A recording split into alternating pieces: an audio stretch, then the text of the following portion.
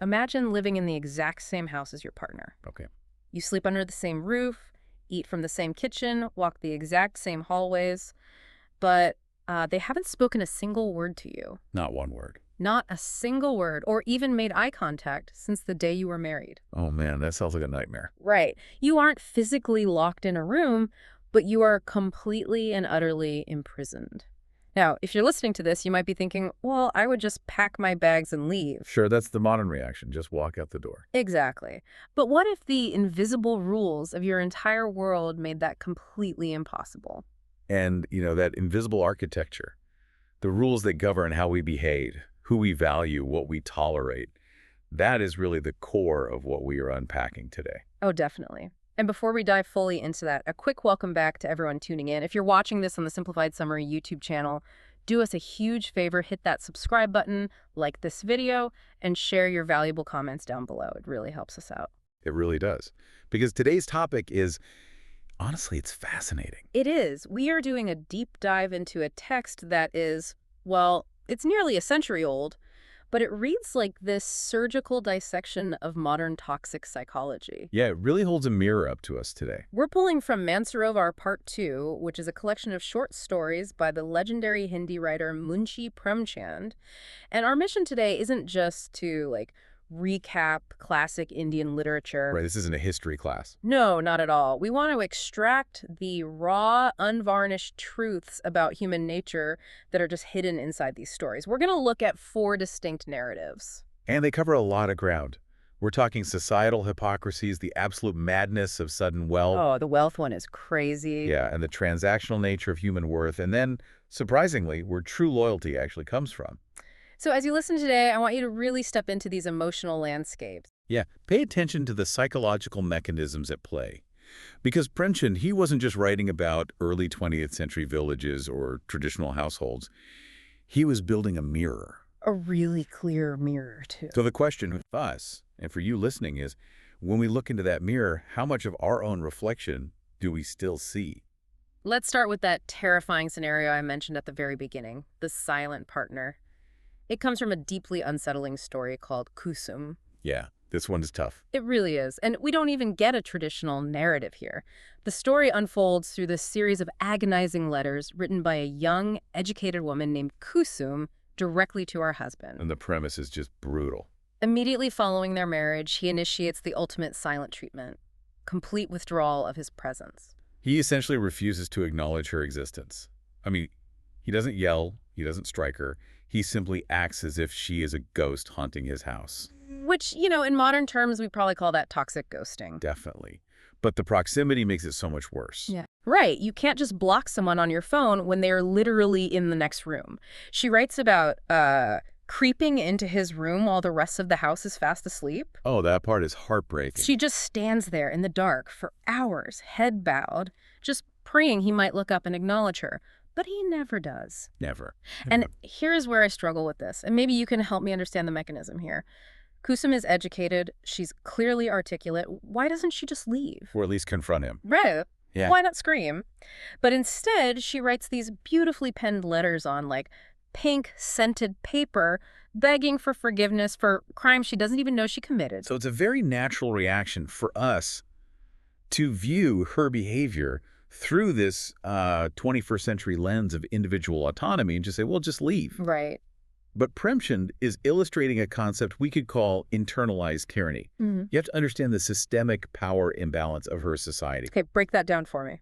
Well, education for a woman in that era didn't equate to financial independence. There was no social safety net. There was no viable path for a quote-unquote respectable woman to simply abandon her marriage. Ah, so she's literally trapped. Exactly. And her husband knows this. The society's rigid structure traps her, which allows him to weaponize his silence. So the silence isn't just him being aloof or emotionally unavailable. It's an active weapon. It is absolute psychological warfare. Because he hasn't hit her or explicitly abused her verbally, she has nothing concrete to fight against. There's no visible bruise to point to. Exactly. And the text highlights this brilliantly. Kusum writes that if a court of law punishes a criminal, they at least read the charges out loud. Man, that line hit me hard. She is serving a life sentence without ever seeing the indictment. And this ambiguity forces her brain to turn inward. She starts dissecting herself, looking for the flaw. Like, she asks if she isn't modern enough, if she should learn English or play English games.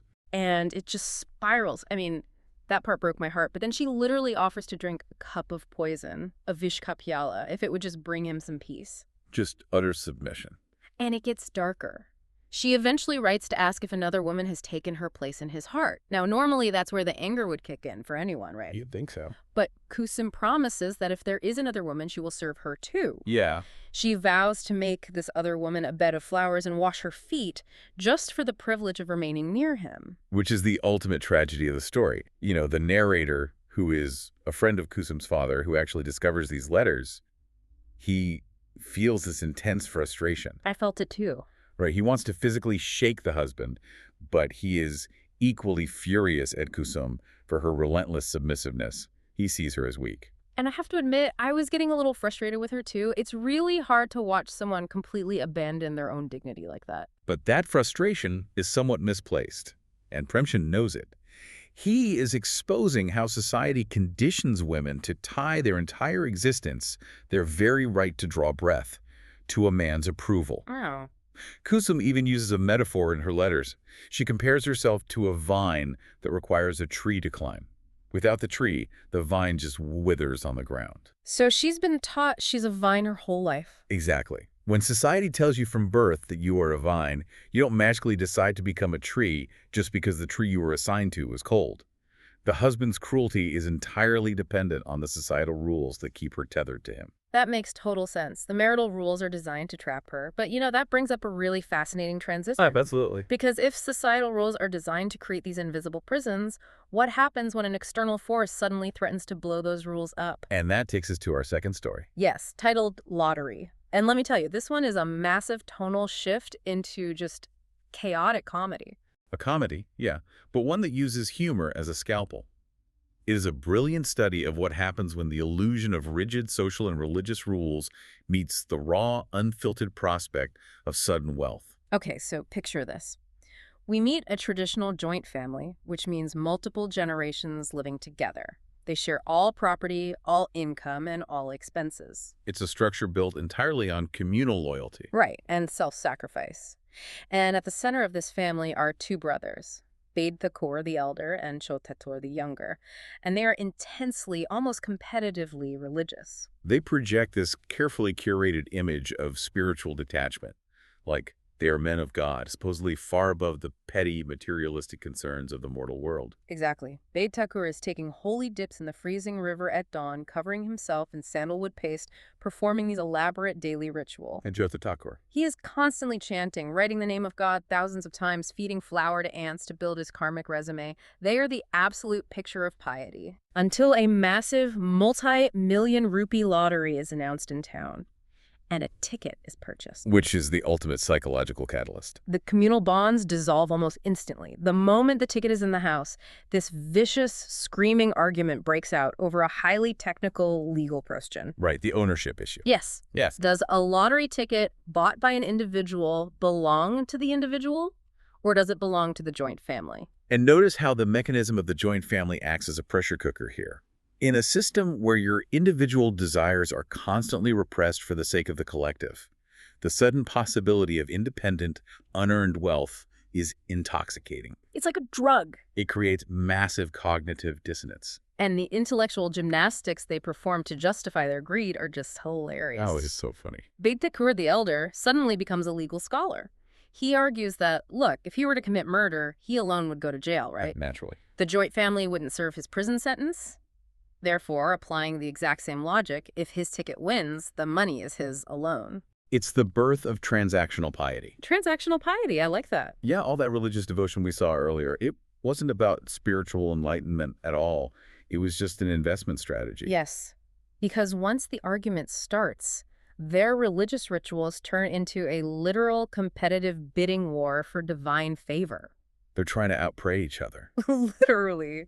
Bade Thakur starts pacing the house, loudly chanting praises to Lord Ramchandra Ki Jai. He's making sure God hears him loud and clear. So what does Chotakur do? He immediately counters by shouting praises to Lord Hanuman at the top of his lungs. They are essentially trying to outbribe the divine. Hmm. They view God not as a moral authority, but as a corruptible cosmic lottery official. A cosmic lottery official, that is perfectly put. Premchand is just unmasking the false piety that so often coats our societal structures. You know, when I was reading this, I couldn't help but think of the modern crypto crazes. Oh, absolutely. Or like when the Powerball hits $1 billion, people sit around their living rooms mentally spending money that doesn't even exist yet. They've already bought the mansion. They buy yachts in their heads and then get genuinely furious at their family members over imaginary financial slights.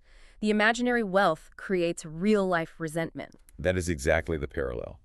Premchand shows how thin the veneer of brotherly love and religious devotion truly is. The absolute second the promise of unearned wealth appears, the veneer is violently stripped away. Leaving just greed.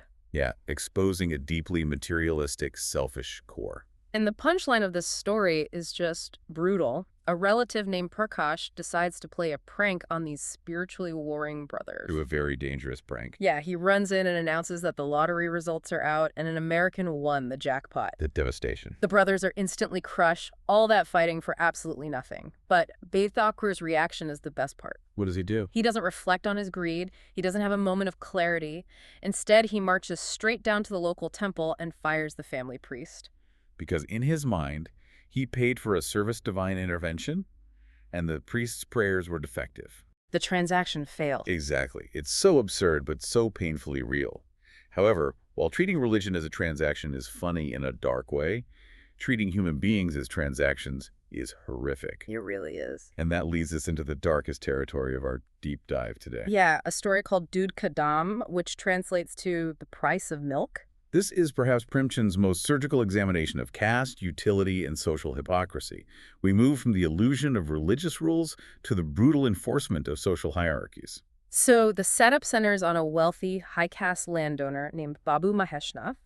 His wife gives birth to a fragile baby boy named Suresh, and she is unable to nurse him. A crisis in that era. A huge crisis. They desperately need a wet nurse or the child will die, but they are in a rural village and no quote-unquote suitable high-caste woman is available. Right. So out of pure frantic desperation, they turn to Bungi. Bungi is a sweeper woman, considered untouchable by the rigid caste laws of their society. And just to clarify the stakes here for you listening in, their societal framework, even accepting a glass of water from Bungi would be considered a severe spiritual pollution. A massive sin. Right. So having her physically nurse the heir to the estate is an earth-shattering violation of their own sacred dogma.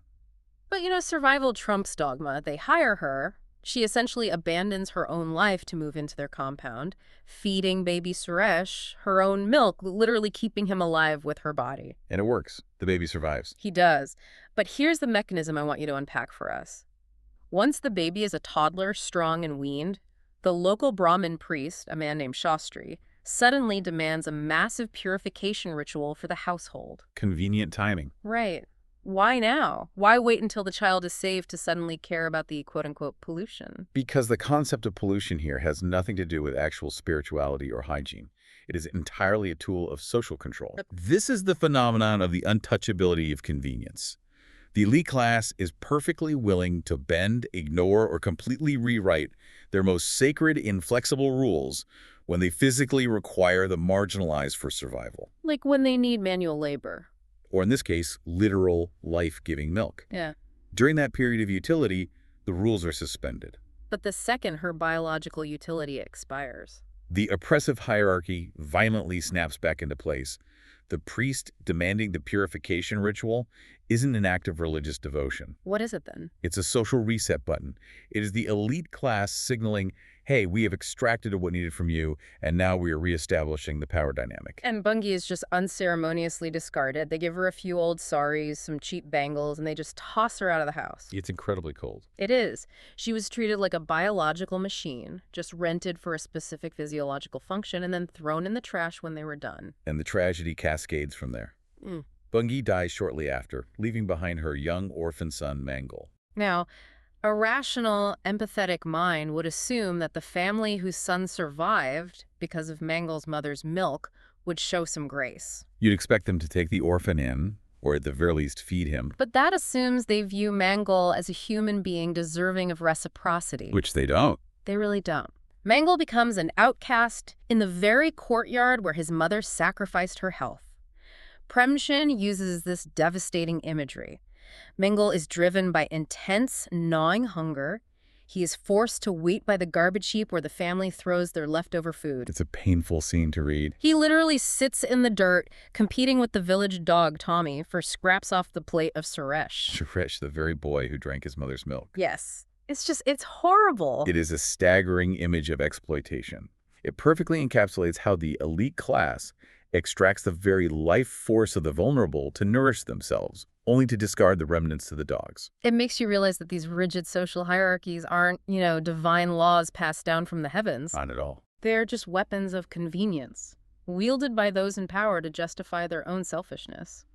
Honestly, after reading that, I found myself deeply cynical about human nature. I don't blame you. Premchand really strips away every illusion we have about our own goodness. He does. But he doesn't leave us entirely in the dark. Right. He offers a profound counter-narrative.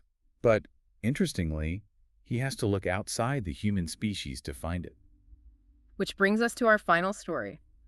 Doodh Ki Katha, or The Tale of Two Bullocks.